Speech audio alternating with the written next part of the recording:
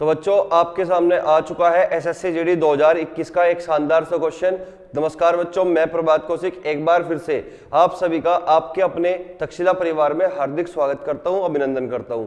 तो चलिए बच्चों, हमारे एसएससी जीडी के प्रीवियस क्वेश्चनों की सीरीज चली हुई थी, तो आज की क्लास को यहां से कंटिन्यू करेंगे। ठीक है बच्चों, तो आपके सामने बच्चों आ चुका है क्वेश्चन, इसको एक बार जो है बनाने की कोशिश करेंगे भाई। तो क्वेश्चन है बच्चों आपके सामने, क्वेश्चन में कहा गया जब किसी वस्तु के विक्रय मूल्य में 164 रुपए की वृद्धि की जाती है तो 12% की हानि 8.5% के लाभ में बदल जाती है। वस्तु का क्रय मूल्य ज्ञात करो। तो चार बच्चों आपके सामने ऑप्शन है 760 रुपए, 840 रुपए, 850 रुपए, 800 रुपए। ठीक है बच्चों, तो क्वेश्चन क्या है उसको एक बार समझना और उसके बाद क्वेश्चन को करने का प्रयास करते हैं। ठीक है बच्चों, तो सवाल में कहा गया कि पहले हम जिस विक्रय मूल्य पर किसी वस्तु को बेच रहे थे, अब हमने उस पर 164 रुपए की वृद्धि कर दी, यानी कि विक्रय मूल्य का जो अंतर दे रखा बच्चों वो 164 रुपए का था। ठीक है, और पहले जब हम जिस भी कीमत पर बेच रहे थे तो 12% की हानि होती थी, तो अब 8.5% का लाभ होने लगा जब 164 रुपए का अंतर कर दिया। तो वस्तु का बच्चों क्रय मूल्य पूछ लिया। देखिए बच्चों, करते हैं फिर शुरू, है ना। देखिएगा, मान के चलो यहाँ पे सीपी है 100%, यहाँ पे बीचों बीच क्या मान लिया बच्चों, सीपी, क्योंकि हमेशा हम जो लाभ या हानि होगी हमेशा क्रय मूल्य पर काउंट करते हैं। ठीक है बच्चों, तो हम पहले 12% की हानि ले रहे थे। मान के चलो इस पॉइंट पर हम पहले बेच रहे थे तो 12% की बच्चों हमें हानि होती थी। ठीक है, लेकिन अब क्या हुआ, जब हमने 164 रुपए की वृद्धि कर दी तो 8.5% का क्या हुआ, प्रॉफिट हुआ 8.5% का। ठीक है बच्चों, देखिएगा, तो यानी कि पहले 12% की हानि थी, 164 रुपए की वृद्धि करने के बाद 8.5% का क्या होता है बच्चों, लाभ होता है। तो यहाँ पे जो विक्रय मूल्य का अंतर है टोटल कितना है बच्चों, 164 रुपए, यानी कि 164 रुपए की वृद्धि करने के बाद ही हमें 8.5% का लाभ हुआ। तो इसका मतलब 164 रुपए इन दोनों परसेंटेज का, यानी कि हानि परसेंट का और लाभ परसेंट का डिफरेंस है। ठीक है बच्चों, तो यहाँ पे 12% और यहाँ पे 8.5%, तो 12% तो ये हुआ और 8.5% बच्चों ये हुआ, तो 12 8 20, यानी कि 20.5% की जो वैल्यू है वो किसके बराबर होगी बच्चों, 164 रुपए के। किसके, 164 रुपए के।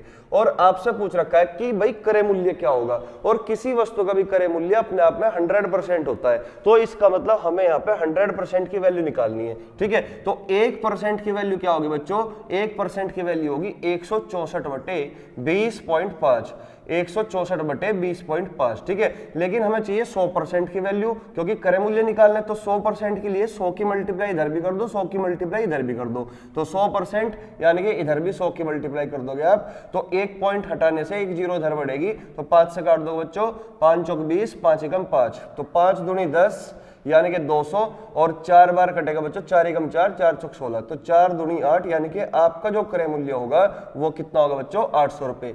और इससे पहले भी बच्चों मैं आपको बता चुका हूं कि ये जो क्वेश्चन आपके चल रहे हैं फिलहाल, ये 16 नवंबर 2021 में जो थर्ड शिफ्ट हुआ था, तो थर्ड शिफ्ट के क्वेश्चन है बच्चों। ठीक है, तो फर्स्ट और सेकंड में भी इस टाइप का क्वेश्चन आपको देखने को मिलेगा, आप जो है एक बार चेक कर लेना। और ऐसा क्वेश्चन बच्चों मैं पिछली वीडियो में भी आपको बता चुका, और वहां पे आपको कहा था डायरेक्ट करने के लिए कि जब भी क्वेश्चन में सेम परसेंटेज हो, यानी कि अगर लाभ परसेंट होगी तो उनका अंतर होगा रुपयों के, दो विक्रय मूल्य के बीच का जो अंतर होगा उसके बराबर रख दोगे, या फिर दोनों परसेंटेज हानि की होगी तो भी अंतर करना है और रुपयों के जो विक्रय मूल्य का अंतर होगा उसके बराबर रख दोगे। लेकिन बच्चों अगर हानि परसेंट दे रखी हो और एक दे रखी हो लाभ परसेंट, तो उन दोनों को आप जोड़ के विक्रय मूल्यों के अंतर के बराबर रखोगे। ठीक है, और वहां से 100% की वैल्यू निकालने का मतलब है कि आपका वस्तु का क्रय मूल्य निकलेगा। ठीक है, तो उम्मीद है क्वेश्चन आपके समझ में आ चुका होगा। 800 रुपए इस क्वेश्चन का आंसर है। ठीक है, इसको जल्दी से नोट करो भाई। नेक्स्ट क्वेश्चन की ओर बढ़ते हैं, क्वेश्चन नंबर 2 पे। ठीक है, चलिएगा, तो क्वेश्चन नंबर 2 बच्चों आपके सामने आ चुका है, तो इसको एक बार जो है बनाने की कोशिश करना। ठीक है, तो क्वेश्चन नंबर 2 क्या है भाई, पढ़िए। तो क्वेश्चन नंबर 2 में कहा गया बच्चों कि 18 संतरों को 151 रुपए 20 पैसे में बेचने पर, 18 संतरों को 151 रुपए 20 पैसे में बेचने पर एक व्यक्ति को 20% की हानि होती है। 30% का लाभ अर्जित करने के लिए उसे 819 रुपए में कितने संतरे बेचने होंगे। तो प्रॉफिट लॉस का क्वेश्चन है बच्चों ये भी, और ये अपने आप में एक खूबसूरत क्वेश्चन है, बहुत ही बढ़िया क्वेश्चन है, करके आपको मजा आने वाला है। ठीक है बच्चों, तो जब भी इस टाइप का क्वेश्चन आपके किसी भी वनडे एग्जाम में होगा तो किस तरीके से अटेम्प्ट करना है उसको समझने का प्रयास करना भाई। देखिए हमेशा हम किसी वस्तु का भी क्रय मूल्य 100% मानते हैं, यानी कि लाभ और हानि हमेशा क्रय मूल्य पर ही काउंट होगी। अगर 100% क्रय मूल्य है और 20% के फायदा लेना चाहते हो तो 120% में बेचना पड़ेगा, और अगर मुझे 10% की हानि होती है तो उसका मतलब 90% में हमने उसको बेचा होगा। ठीक है, अगर आप इतनी बात समझते हो तो अब क्वेश्चन में बच्चों कुछ भी नहीं है। ठीक है, देखिएगा 18 संतरों को 151 रुपए 20 पैसे में बेचने पर, यानी कि जब हम 18 संतरे बेचते हैं 151 रुपए 20 पैसे में, तो व्यक्ति को 20% की हानि होती है। तो 20% की हानि बच्चों तभी हुई होगी जब उसको 20% कम में बेचा गया होगा, यानी कि 100% क्रय मूल्य होगा तो 20% कम में बेचोगे तो उसका मतलब 80% में बेचा गया होगा। ठीक है, तो देखिएगा बच्चों, तो यहां पे 80 संतरों का विक्रय मूल्य दे रखा बच्चों 151 रुपए 20 पैसे। तो एक संतरे का विक्रय मूल्य कितना होगा बच्चों? एक संतरे का विक्रय मूल्य होगा 151 रुपए 20 पैसे, यानी कि यहां पे 0 हटा दिया मैंने, 0.2 लिख दिया। ठीक है, एक संतरे का विक्रय मूल्य यानी कि 18 संतरे को था ये, तो एक संतरे का विक्रय मूल्य 18 से भाग कर दोगे तो एक संतरे का विक्रय मूल्य ये हो गया। यानी कि अगर हम एक संतरे को इतने रुपए में बेचते हैं तो 20% की बच्चों हानि होती है। तो 20% की अगर हानि होती है तो उसका मतलब हमने उसको 80% में बेचा। तो ये क्या है बच्चों? ये 80% की वैल्यू है। ये क्या बच्चों? 80% की। तो ये 80% के बच्चों बराबर कर दो 80% के बराबर। ठीक है बच्चों, चलिएगा अब क्वेश्चन में कहा गया 30% का लाभ अर्जित करने के लिए उसे 819 रुपए में कितने संतरे बेचने होंगे। अब आदमी चाहता है 30% का फायदा। अगर 30% का फायदा चाहिए तो इसका मतलब उसको 30% ज्यादा यानी कि 100% अगर क्रय मूल्य है और 30% का फायदा चाहता है तो 130% में बेचना पड़ेगा। तो इसका मतलब 30% फायदा लेने के लिए उसको 130% में बेचना पड़ेगा। भाई मुझे बताओ 80% की वैल्यू तो ये होगी, हमें चाहिए 130% की वैल्यू। तो पहले 1% की वैल्यू निकालते हैं बच्चों। तो 1% की वैल्यू कितनी होगी बच्चों? उसको मैं अभी काट नहीं रहा, बाद में काट लेंगे। ठीक है बच्चों, तो इस तरीके से तो 1% की वैल्यू बच्चों क्या होगी? 80/में होगा, लेकिन हमें चाहिए बच्चों 130% की वैल्यू। तो 130% की वैल्यू निकालने के लिए आपको क्या करना पड़ेगा? 130 की और मल्टीप्लाई कर दोगे तो ये 130% की वैल्यू है बच्चों। ठीक है, अब इसको आप कैलकुलेट कर लोगे। यहां पे कैलकुलेट करने के बाद देखते हैं क्या मिलेगा। ठीक है, चलिएगा तो बच्चों अगर मैं यहां से पॉइंट हटाऊं तो एक 0 बच्चों नीचे बढ़ेगी। आप कहोगे सर बिल्कुल ठीक है। अब यहां से 0 से 0 काट दोगे, इस तरीके से काट दिया। 9 से उड़ा दो, 9 दूनी 18, 9 एकम 9, कितना बचा बच्चों? 9 और 6 15, 61 बचा, 9 6 54, 9 8 72, यानी कि 168 बार कट गया।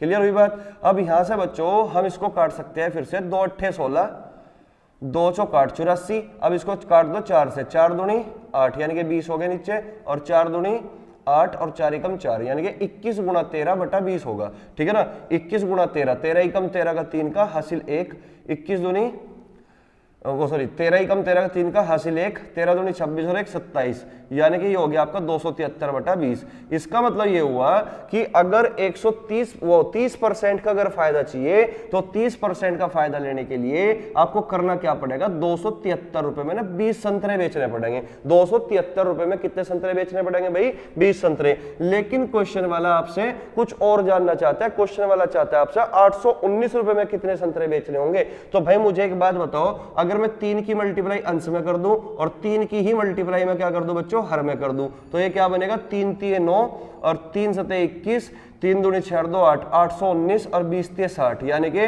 819 रुपए में हम 60 संतरे बेचेंगे। 819 में कितने? 60 संतरे। तो आपका जो आंसर होगा बच्चों वो क्या होगा? 60, यानी कि आंसर आपका 60 आ चुका, यानी कि सी ऑप्शन आपका करेक्ट आंसर होगा। तो जब भी इस टाइप का क्वेश्चन आपके सामने होगा तो किस तरीके से करना है? इस तरीके से करना है। ठीक है, एक बार फिर समझते हैं बच्चों। 18 संतरों को 151 रुपए 20 पैसे में बेचने पर एक व्यक्ति को 20% की हानि होती है। तो 20% की हानि व्यक्ति तभी लेगा जब 80% में बेची गई होगी। तो एक संतरे का विक्रय मूल्य कितना होगा? 151 रुपए 20 पैसे बटे 18, ये एक संतरे का विक्रय मूल्य है। तो 20% की हानि पर बेचा तो 80% के बराबर होगा। 1% की वैल्यू बच्चों कितनी होगी? 151 रुपए 20 पैसे बटे 18 गुणा 1/80। लेकिन 30% का फायदा चाहिए तो 30% का फायदा तभी मिलेगा जब 130% में बेचा गया होगा। तो 130% की वैल्यू आ गई बच्चों 273/20। लेकिन ये इसका बात का मतलब होगा कि 273 रुपए में 20 संतरे बेचे गए। ठीक है, लेकिन क्वेश्चन वाला पूछ रहा है कि 819 में कितने? तो 3 की मल्टीप्लाई अंश में, 3 की मल्टीप्लाई हर में, तो 819 रुपए में 60 संतरे बेचे गए। तो आपका आंसर बच्चों सी ऑप्शन होगा। तो उम्मीद है क्वेश्चन नंबर 2 आपके अच्छे से समझ में आया होगा। इस टाइप के क्वेश्चन फिर से किसी न किसी एग्जाम में जरूर देखने को मिलेंगे आपको। ठीक है, तो क्वेश्चन नंबर 3 को पढ़िएगा भाई जब तक। क्वेश्चन नंबर 3 आपके सामने आ चुका है बच्चों। क्वेश्चन नंबर 3 है बोट एंड स्ट्रीम से, ठीक है ना। और boat and stream UP police constable के लिए भी बेहद इंपॉर्टेंट है, आप प्रीवियस चेक कर लेना, वहां पे भी एक क्वेश्चन बहुत बढ़िया पूछा गया था प्रीवियस में, ठीक है बच्चों। चलिएगा तो क्वेश्चन नंबर 3 पे बढ़ते हैं भाई। क्वेश्चन नंबर 3 को बच्चों वीडियो पॉज करके एक बार बनाने की कोशिश करना, ठीक है। अच्छा क्वेश्चन है अपने आप में। क्वेश्चन नंबर 3 देखते हैं भाई। तो क्वेश्चन नंबर 3 में कहा गया कि एक नाव 52 मिनट के कुल समय में धारा की विपरीत दिशा में 10 किलोमीटर और धारा की दिशा में 11 किलोमीटर की दूरी तय कर सकती है। यदि धारा की चाल 5 किलोमीटर प्रति घंटा है तो धारा की दिशा में नाव की चाल किलोमीटर प्रति घंटा में ज्ञात कीजिए। देखिए बच्चे, मैंने एसएससी जीडी के बहुत सारे क्वेश्चन अब तक करा चुका, और उसमें जब बोट एंड स्ट्रीम से नाव धारा से क्वेश्चन आया था तो मैंने पूरा का पूरा कंसेप्ट आपको पिछली वीडियो में बता दिया, ठीक है बच्चों। तो जिसको कंसेप्ट के बारे में नहीं पता तो आप पिछली वीडियो में किसी में भी जाके आप देख लेना, कहीं ना कहीं किसी वीडियो में मैंने आपको पूरा का पूरा कंसेप्ट बताया हुआ है, ठीक है बच्चों। चलिएगा तो करते हैं भाई क्वेश्चन। क्वेश्चन में कहा गया कि एक नाव 52 मिनट के कुल समय में, 52 मिनट के कुल समय में, यानी कि जो टोटल टाइम दे रखा है ना, टोटल टाइम दे रखा है बच्चों 52 मिनट, टोटल टाइम दे रखा है क्वेश्चन में 52 मिनट के कुल समय में धारा के विपरीत दिशा में 10 किलोमीटर, 10 किलोमीटर तो जाती है बच्चों धारा के विपरीत, और धारा की दिशा में जाती है 11 किलोमीटर की दूरी तय करती है, ठीक है। तो यदि धारा की चाल 5 किलोमीटर प्रति घंटा है तो धारा की दिशा में नाव की चाल ज्ञात करो। देखिए बच्चों, धारा की दिशा में नाव की चाल पूछ रहे हैं आपसे, यानी कि धारा की दिशा में जो चाल होगी वो बोट की प्लस वाटर यानी कि नदी की चाल, दोनों को मिलाकर पूछ रहे हैं बच्चों आपसे, दोनों को मिलाकर पूछ रहे हैं, ठीक है। लास्ट में ध्यान से पढ़ लेना कि वो धारा की दिशा में चाल पूछ रहा है या फिर नाव की चाल पूछ रहा है, शांत जल में नाव की चाल पूछ रहा है, ठीक है बच्चों।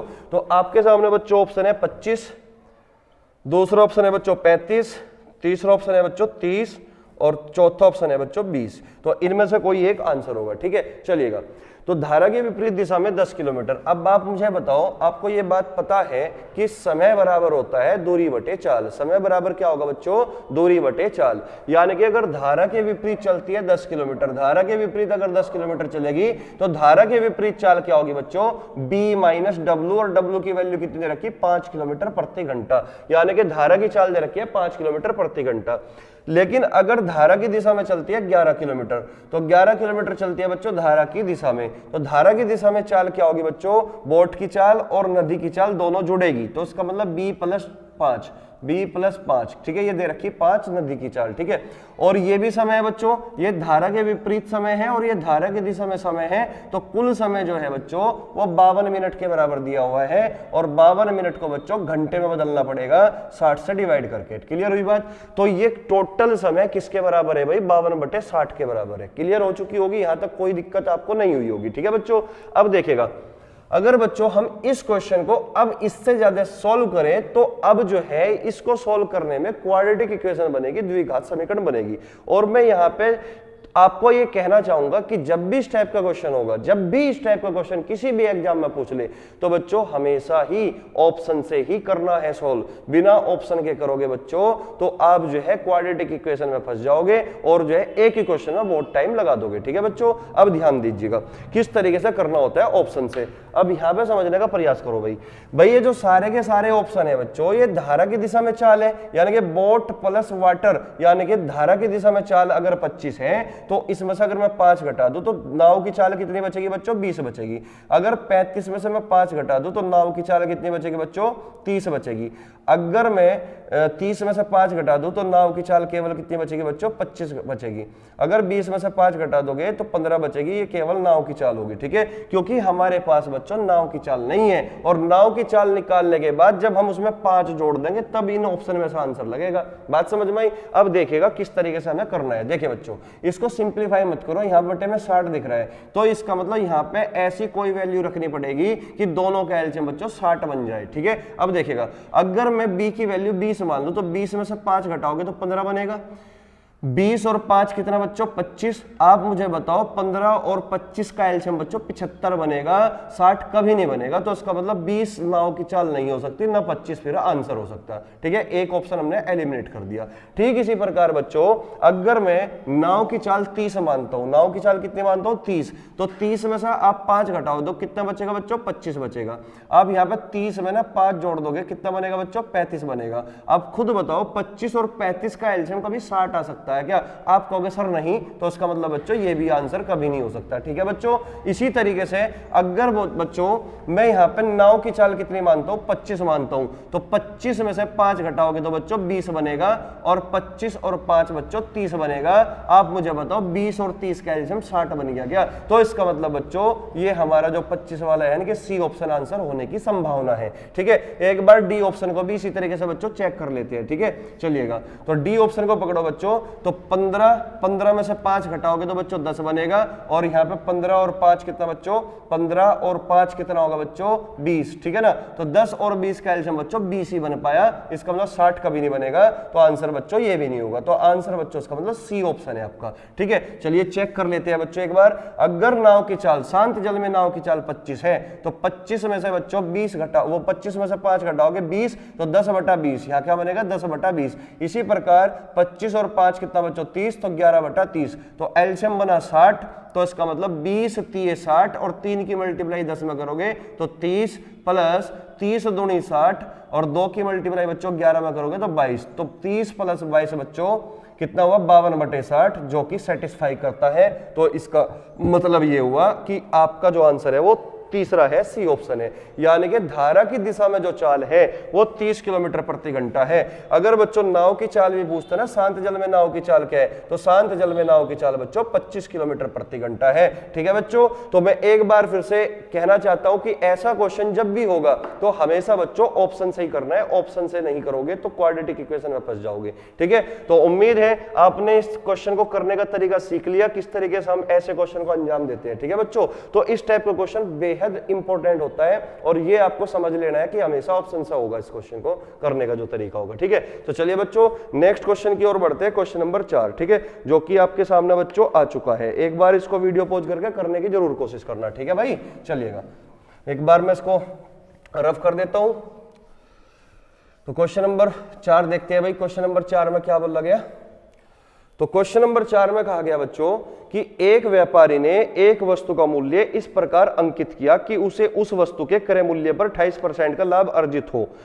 उसने इसे अंकित मूल्य पर 15% की छूट देकर बेच दिया, उसका वास्तविक लाभ प्रतिशत कितना होगा। तो बच्चों ये भी प्रॉफिट लॉस का ही क्वेश्चन है, इसमें डिस्काउंट की भी बात हो रही है, एमआरपी की भी बात हो रही है। ठीक है, तो बिल्कुल अकॉर्डिंग टू लैंग्वेज काम करना है। ठीक है भाई, चलिएगा तो क्वेश्चन नंबर 4 को बनाते हैं भाई। क्वेश्चन में कहा गया कि एक व्यापारी ने एक वस्तु का मूल्य इस प्रकार अंकित किया कि उसे उस वस्तु के क्रय मूल्य पर 28% का लाभ हो। और आप ये बात जानते हो कि प्रॉफिट हमेशा क्रय मूल्य पर कमाते हैं हम। भाई मान के चलिए हमारा जो क्रय मूल्य है सीपी है वो 100% है, यानी कि 100 रुपए मान लिया। अगर 28% ज्यादा अंकित कर दिया होगा तो 28% ज्यादा अंकित अगर किया होगा तो 100 का 28% 28 ही तो होगा। तो इसका मतलब 100 की जगह उसने क्या लिख दिया 128 रुपए लिख दिया। तो इसका मतलब ये एमआरपी है, मैक्सिमम रिटेल प्राइस है बच्चों, अंकित मूल्य उसने क्या कर दिया उस पे 128 रुपए लिख दिया। ठीक है, अक्सर ऐसा ही होता है ना, किसी भी दुकान पे जाओ, मान के चलो लुधियाना से या फिर बाहर से कहीं से भी मतलब कोई सामान लेकर आ गया, आया तो उसके पास 100 रुपए का, लेकिन यहाँ पे अपनी दुकान पर रख के वो क्या करेगा, एक येलो कलर का टैग अगर आपने देखा होगा वो उस पर लगा देगा, चिपका देगा, और उस पर जो है 30% ज्यादा लिख देगा या फिर 50% ज्यादा लिख देगा। और फिर कोई भी दुकानदार के पास कोई उसका अपना जानकार भी जाएगा ना तो उसको बोल देगा कि भाई इतने रुपए का ही है वैसे तो, पर तू जानकार है मेरा, इसलिए चल भाई मैं तुझे 10% का डिस्काउंट दे दूंगा। तो 10% डिस्काउंट 20% डिस्काउंट देने के बाद भी वो जो दुकानदार होता है बच्चों वो फायदा कमाता है हमेशा। ठीक है, तो इस तरीके से जो है वो किसी भी सामान का जो अंकित मूल्य है वो बढ़ा के लिखता है। ठीक है, इसी प्रकार यहाँ पे बात हुई कि मान के चलो वो सामान तो लाया 100 रुपए का, लेकिन उसने क्या किया 28% ज्यादा लिख दिया। अब 28% ज्यादा लिख दिया तो उसका मतलब उसका 128 रुपए उस पर लिख दिया। ठीक है, अब कोई कस्टमर उसके पास आया और उसको 15% छूट देकर बेच दिया, 15% का डिस्काउंट भी दे दिया। मान के चलो अंकित मूल्य अपने आप में 100% था, अब 15% का अगर डिस्काउंट देगा तो इसका मतलब 85% में बेच दिया होगा। बोलो बात सही है। या 15% की फ्रैक्शन वैल्यू भी आप निकाल सकते हो। 15% की फ्रैक्शन वैल्यू 3/20 होगी कि नहीं, 5 3 15 5 20 100, यानी कि 20 रुपए के सामान पर 3 का डिस्काउंट दे दिया तो उसका मल्टीप्लाइंग फैक्टर क्या बनेगा बच्चों, 17/20, कि 20 रुपए का सामान 17 में बेच दिया तो 128 का 17/20 निकाल लोगे आप। ठीक है, तो ये बच्चों अब अंकित मूल्य ने रहकर ये क्या बन जाता है बच्चों, सेलिंग प्राइस बन जाता है, यानी कि विक्रय मूल्य इतना हो जाता है। ठीक है बच्चों, तो अब करना क्या है, अब क्वेश्चन में ये पूछा गया कि उसको फायदा कितना प्रतिशत का होगा, लास्ट में क्या पूछ लिया, उसका वास्तविक लाभ प्रतिशत क्या है। तो चलिए बच्चों करते हैं अभी शुरू। भाई अगर मैं 2 से काट दूं तो नीचे 10 बनेगा, 2 से काट दो, 2 6 12 और 2 चौक 8, 17 की मल्टीप्लाई करोगे 17 चौका 68, 6 हासिल, 17 छिक्का 102 और 6 108, इसका मतलब ये 1088 होगा, लेकिन बटे में 10 भी है तो पॉइंट बच्चों यहाँ पे लग जाएगा। ठीक है, तो मैं कह सकता हूँ कि 100 रुपए का जो सामान था वो अब भी उसने कितने रुपए में बेच दिया, अब भी उसने 108 रुपए 80 पैसे में बेच दिया। तो मुझे बताओ कितना फायदा ले लिया। आप कहोगे सर 8.8 का फायदा ले लिया, लेकिन ये 8.8 का जो चेंज है बच्चों वो डायरेक्ट 100 पर है और हमेशा परसेंटेज वैल्यू हम 100 पर कैलकुलेट करते हैं, तो इसका मतलब डायरेक्ट मैं कह सकता हूं कि उसको 8.8% का फायदा हुआ। तो यही इस सवाल का उत्तर होगा बच्चों। तो इसको जल्दी से नोट करो और आपका जो आंसर है बच्चों डी ऑप्शन है। ठीक है, जल्दी से एक बार इसको नोट करो, किस तरीके से करना है वो आप समझ चुके होंगे। ठीक है भाई, चलिए तो क्वेश्चन नंबर 5 की ओर बढ़ते हैं भाई। ठीक है, जो क्वेश्चन नंबर 5 बच्चों आपके सामने आ चुका है उसको एक बार करने की कोशिश करना। ठीक है भाई, चलिएगा इसको मैं रफ कर देता हूं एक बार। तो क्वेश्चन नंबर 5 में क्या कहा गया उसको समझने का प्रयास करेंगे भाई। क्वेश्चन नंबर 5 में बच्चों कहा गया, ये भी बच्चों प्रॉफिट लॉस का ही क्वेश्चन है। ठीक है, तो प्रॉफिट लॉस का क्वेश्चन बच्चों भर भर के आए थे पेपर में। ठीक है, तो क्वेश्चन नंबर 5 में कहा गया कि एक दुकानदार ने 1200 रुपए में 150 पेन के भाव पर पेन खरीदे। तो इसका मतलब ये हुआ कि अगर 150 पेन वो 1200 रुपए में खरीदता है तो एक पेन कितने में खरीदोगा, आप बताओ मुझे। भाई 1200 को 150 से डिवाइड करोगे तो एक पेन की जो कीमत है वो 8 रुपए होगी कि नहीं, बोलो बात समझ में आई। 8 रुपए में उसने एक पेन खरीद लिया। इसका मतलब अगर 1200 रुपए में 150 पेन के भाव पर वो पेन खरीदता है, 1200 में 150 खरीदता है तो एक पेन कितने रुपए में खरीदा होगा, 8 रुपए में खरीदा होगा। अब क्वेश्चन में कहा गया और 1620 रुपए में 180 पेन के भाव से बेच दिया, यानी कि 1620 रुपए में कितने पेन बेच दिए उसने, 180 पेन उसने बेच दिए। तो मुझे बताओ एक पेन कितने का बेचा होगा। भाई 1620 को 180 से डिवाइड कर दो। ठीक है, तो 18 निम्मा 162 होता है, तो यानी कि 9 रुपए में बेच दिया। 9 रुपए में उसने क्या कर दिया, बेच दिया। तो इसका मतलब एक पेन की जो कीमत है वो 8 रुपए है। 8 रुपए का पेन उसने कितने रुपए में बेच दिया मेरे भाई, 9 रुपए में। तो अब खुद बताओ उसने फायदा कितना कमाया। आप कहोगे सर 1 रुपए का फायदा कमाया। फायदा और नुकसान हमेशा कैलकुलेट करोगे सीपी पर, यानी कि 8 रुपए पर। 100 पर कितना, तो 1/8 का वैसे तो पता है सबको कि 12.5% होता है। 1/8 फ्रैक्शन वैल्यू 12.5% की होती है, तो इसका मतलब 12.5% उसको फायदा हुआ, जो कि आपका कौन सा ऑप्शन है बच्चों, डी ऑप्शन। तो केवल इतना ही काम करना था, 1200 रुपए को 150 से डिवाइड करके एक पेन की कीमत निकाल लो 8 रुपए की। 8 रुपए का पेन उसने कितने रुपए में बेचा भाई, 9 रुपए में बेचा, क्योंकि 1620 रुपए में वो 180 पेन बेचता है। तो एक पेन की कीमत कितनी हुई, 9 रुपए। एक पेन 8 में खरीदा, 9 रुपए में बेच दिया, एक का फायदा 8 पर, तो 12.5%। बहुत ही इजी सा क्वेश्चन था। तो इस टाइप के क्वेश्चन भी एग्जाम में अक्सर पूछे जाते हैं। ठीक है भाई, चलिए नेक्स्ट क्वेश्चन की ओर बढ़ते हैं भाई। क्वेश्चन नंबर 6, क्वेश्चन नंबर 6 बच्चों आपके सामने आ चुका है। तो एक बार जो है इसको करते हैं फिर। ये मेंसुरेशन का कह सकते हैं हम क्वेश्चन, कि एक समकोण त्रिभुज की भुजाओं की लंबाई का अनुपात 5:12:13 है। कह रहे कि एक समकोण त्रिभुज है, ना भी बोलता हम समझ जाते कि समकोणी त्रिभुज होगा, क्योंकि मैंने तुम्हें पिछली वीडियो में बताया था ट्रिपलेट, 11 ट्रिपलेट बताए थे आपको, और वे 11 के 11 ट्रिपलेट बच्चों आपको याद होने चाहिए अगर आप मेंसुरेशन के क्वेश्चन को जल्दी करना चाहते हो तो। ठीक है, अगर नहीं करना जल्दी तो मत करना। ठीक है भाई, चलिएगा। तो एक समकोण त्रिभुज की भुजाएं की लंबाई का अनुपात 5:12:13 है। भाई एक समकोण त्रिभुज है, ठीक है, ये अगर 5 यूनिट है, ये 12 यूनिट है और ये 13 यूनिट है। ठीक है। एक समकोण त्रिभुज की लंबाइयों का अनुपात 5, 12, 13 के अनुपात में और इसका परिमाप बच्चों 90 सेंटीमीटर है। तो कोई भी आकृति हो उसका अगर परिमाप आपको निकालना है तो उस आकृति के चारों तरफ घूम जाओ, ठीक है। लेकिन यहाँ पे 3 ही भुजाएं है तो तीनों तरफ घूमना पड़ेगा। 4 आकृति 4 भुजाएं होगी तो चारों तरफ घूमना पड़ेगा। तो परिमाप का मतलब होगा किसी एक बिंदु से चलो और घूम फिर के वापस उसी बिंदु पर लौट आओ, तो वही परिमाप बन जाता है। बात समझ में आई? तो यहाँ पे बच्चों जोड़ लेंगे 12 और 13 कितना हो गया 25 और 5 30। इसका मतलब परिमाप जो बना बच्चों वो 30 यूनिट बना। कितना बना? 30 यूनिट। जबकि क्वेश्चन में दे रखा कि नहीं भाई परिमाप जो है 90 सेंटीमीटर है, तो 1 यूनिट की वैल्यू कितनी होगी? आप कहोगे सर 30 3 90 यानी कि 3 यूनिट होगी। ठीक है बच्चों। तो यहाँ पे पूछ रखा है क्वेश्चन में त्रिभुज का क्षेत्रफल ज्ञात करो। तो देखिएगा बच्चों पहले 1 यूनिट की वैल्यू 3 आई तो 5 यूनिट की वैल्यू कितनी? 5 3 15, इसका मतलब 15 सेंटीमीटर और यहाँ पे 12 3 36, इसका मतलब 36 सेंटीमीटर। ठीक है बच्चों। तो सवाल में कहा गया बच्चों कि क्षेत्रफल क्या होगा, तो क्षेत्रफल किसी भी समकोण त्रिभुज का जो क्षेत्रफल होगा एरिया होगा वो क्या होगा बच्चों? 1/2 बेस इंटू हाइट। अब बेस कितना है बच्चों? 36, तो 1/2 बेस इंटू हाइट। हाइट कितनी है बच्चों? 15, तो 2 से उड़ा दोगे 18 दूनी 36, अब 18 पंजे 90, 9 हासिल, 18 एकम 18, 9 कितना हो गया 27 यानी कि 270 वर्ग सेंटीमीटर जो होगा बच्चों इसका क्षेत्रफल होगा, जो कि आपका बी ऑप्शन है। तो उम्मीद है क्वेश्चन अच्छे से समझ में आ चुका होगा। बहुत ही इजी सा क्वेश्चन है क्योंकि हर पेपर में हर टाइप का क्वेश्चन देखने को हमेशा मिलता है। ठीक है बच्चों। तो धीरे धीरे क्वेश्चनों का लेवल भी बढ़ेगा। तो अभी मैं केवल इस वीडियो में 8 ही क्वेश्चन कराऊंगा, वरना वीडियो जो है ज्यादा लंबी हो जाती है। तो इस तरीके से मैं 8 करके मतलब पूरा का पूरा पेपर जो गणित में पूछा गया था वो सारी चीजें मैं करा दूंगा। ठीक है बच्चों। चलिएगा तो क्वेश्चन नंबर 7 की ओर बढ़ते हैं भाई। इसको मैं रफ कर देता हूं। क्वेश्चन नंबर 7 को एक बार जल्दी से पढ़िए और जो है क्वेश्चन को बनाने की कोशिश करना भाई। वीडियो पॉज जरूर कर लेना इस क्वेश्चन के लिए। ठीक है। तो वीडियो पॉज करके इसको बनाओ एक बार, फिर जो है अपना उत्तर मैच करना कि क्या आपका भी तरीका आपका भी उत्तर सेम आया कि नहीं आया। ठीक है। चलिए भाई क्वेश्चन नंबर 7 क्या है देखते हैं भाई। तो क्वेश्चन नंबर 7 है भाई, क्वेश्चन नंबर 7 में कहा गया कि ए की आय बी की आय से 70% अधिक है और सी की आय ए और बी की संयुक्त आय के 80% के बराबर है। ए की आय सी की आय से कितने प्रतिशत कम है? 1 दशमलव स्थान तक पूर्णांकित करें। बात समझ में आई?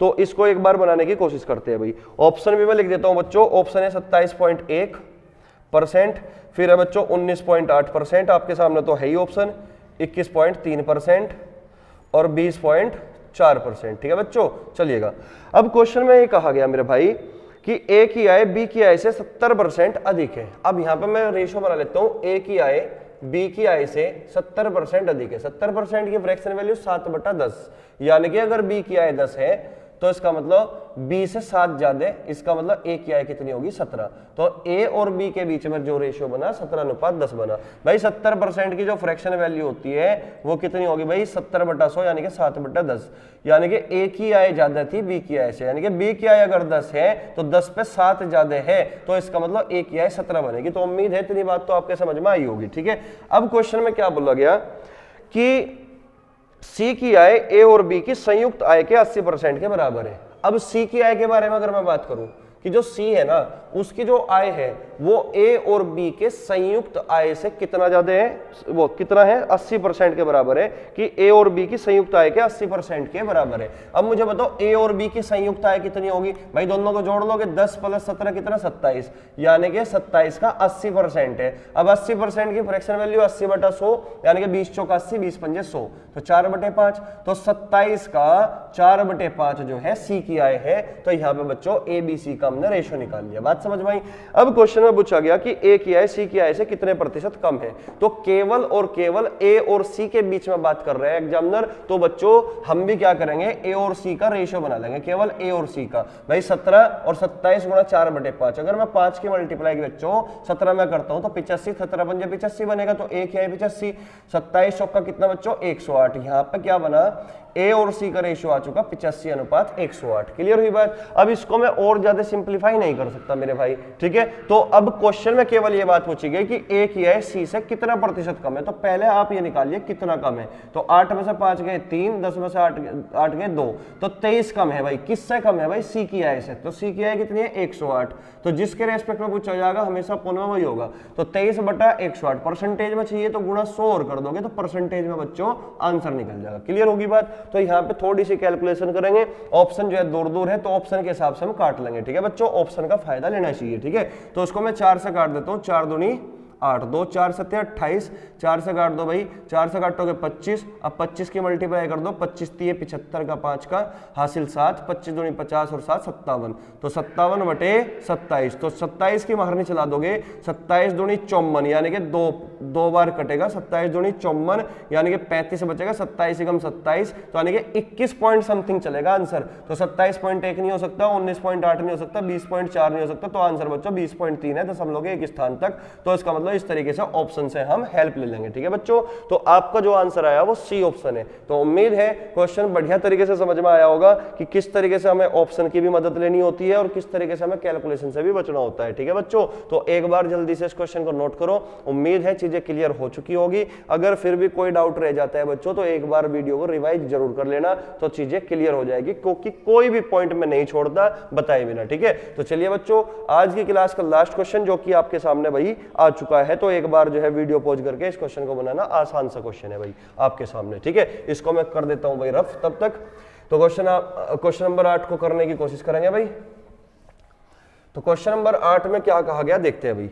क्वेश्चन नंबर 8 में कहा गया बच्चों, एक कार अपनी यात्रा के पहले 41 किलोमीटर की दूरी 45 मिनट में तय करती है और शेष 23 किलोमीटर की दूरी 35 मिनट में तय करती है। कार की औसत चाल मीटर प्रति सेकंड में ज्ञात करें। ऑप्शन आपके सामने बच्चों है, ठीक है। तो एवरेज स्पीड आपसे पूछना चाहता है, तो एवरेज स्पीड के बारे में बच्चों आप अच्छे से जानते हो कि एवरेज स्पीड क्या है। एवरेज स्पीड यानी कि औसत चाल क्या है। तो औसत चाल बच्चों कुल दूरी बटा कुल समय होता है हमेशा, कुल दूरी बटा कुल समय, यानी कि total distance upon total time. बात समझ में आई, total distance upon total time, ये जो है हमारा स्टैंडर्ड फॉर्मूला होता है एवरेज स्पीड निकालने का, ठीक है। जबकि इस क्वेश्चन में सब कुछ दे रखा है, डिस्टेंस अलग अलग दे रखी है, टाइम भी दे रखा है, तो बस आसान है क्वेश्चन अब, ठीक है। तो एक कार अपनी यात्रा के पहले 41 किलोमीटर की दूरी 45 मिनट में, तो यहाँ पे टाइम कितना दे रखा है बच्चों 45 मिनट। मिनट को घंटे में बदल दोगे तो बटे में 60 आ गया, क्योंकि ऊपर किलोमीटर है तो यहाँ मिनट थी तो मिनट को भी घंटे में बदल लिया, 45 बटे 60 आ गया, ठीक है बच्चों।